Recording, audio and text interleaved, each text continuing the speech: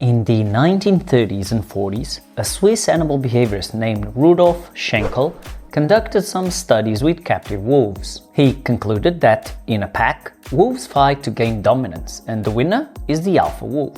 But, long story short, he was wrong. Oh, how wrong was he? It is Jose here from Train Me Please, and today I will explain where the alpha dog theory comes from and why it is wrong. Let's go.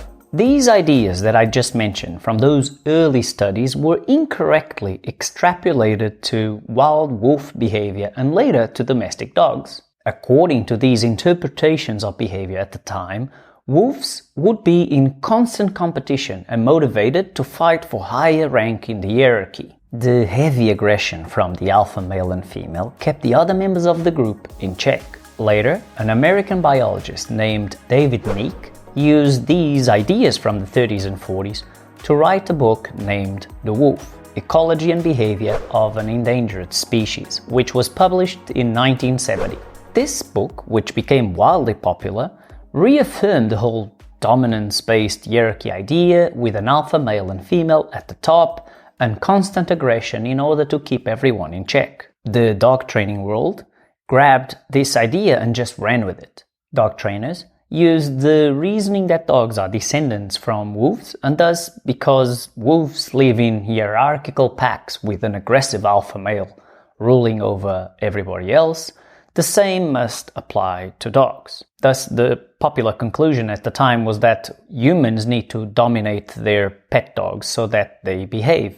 But here's the problem. Wolf researchers soon realized that those original findings with wolves were extremely inaccurate. They simply reflected the observations of a specific group of unrelated captive wolves.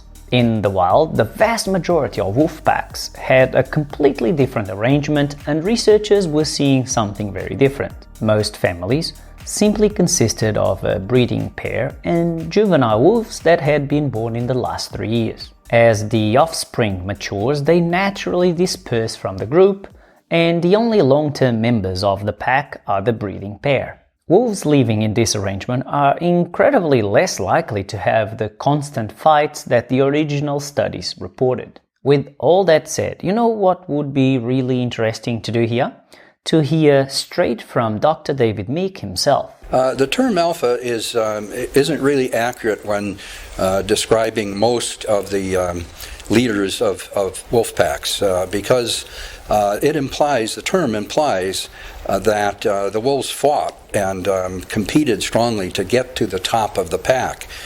In actuality, the way they get there is merely by mating with a member of the opposite sex, producing a bunch of offspring, which are the rest of the pack then, and becoming the natural leaders that way, just like with a pair of humans producing a family. So, as you can see, Dr. Meek actually explains that the leaders of a wolf pack get there by mating with a member of the opposite sex, not by fighting, not by being aggressive, and not by an intrinsic desire to be dominant. Instead of using the term alpha for a wolf, instead of saying alpha male or alpha female, scientists now tend to call wolves like that the breeding male and the breeding female.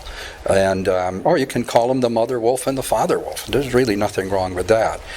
Those are much better and more accurate terms than the term alpha. So, what we actually have is a breeding male and breeding female, and the term alpha is inaccurate. Now, here's the really important piece. Actually, I'm very much to blame for the term alpha being used with wolves. I published a book in 1970 that now has over 110,000 copies in circulation, and in that I labeled the top wolf in the pack the alpha.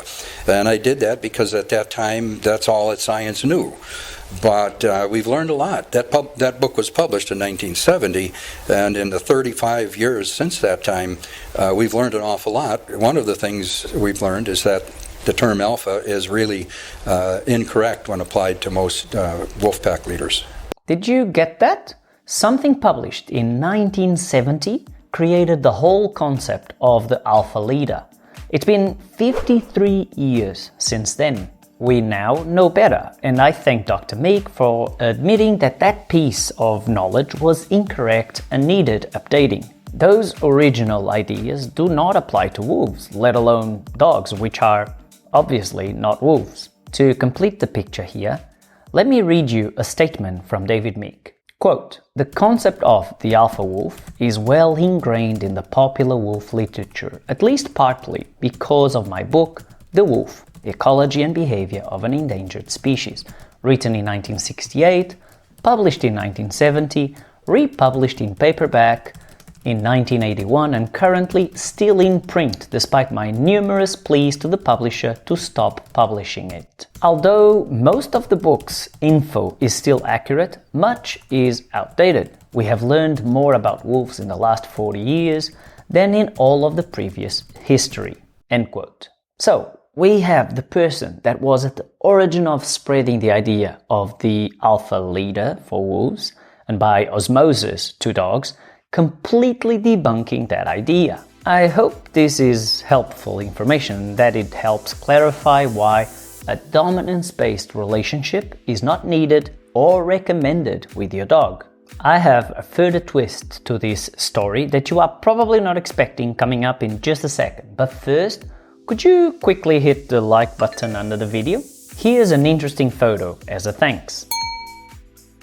Now, if you allow me, just because I like to geek out on behavior, I would even dare to say here that in those original observations of those captive wolves, if we were doing those observations from an applied behavior analysis point of view, we would have come to completely different conclusions. I would bet that we can look at those behaviors and run some functional assessments and come up with an alternative and actually more helpful understanding of what's going on. If we look at the antecedent behavior sequence for any wolf interaction, we would probably come to conclusions that have to do with gaining access to certain reinforcers or avoiding certain punishers. We would probably learn that those interactions vary wildly and that they do not have anything to do with a natural desire to be the alpha. Displacement and aggressive behavior are probably linked to an immediate need that the animal has, and very little to do with group dynamics and hierarchical structure. But that's just me, I could be wrong. Hey, do you want to learn about a bunch of really interesting biological adaptations that dogs developed over the years? You've got it right here. Obrigado, pessoal. Até a próxima.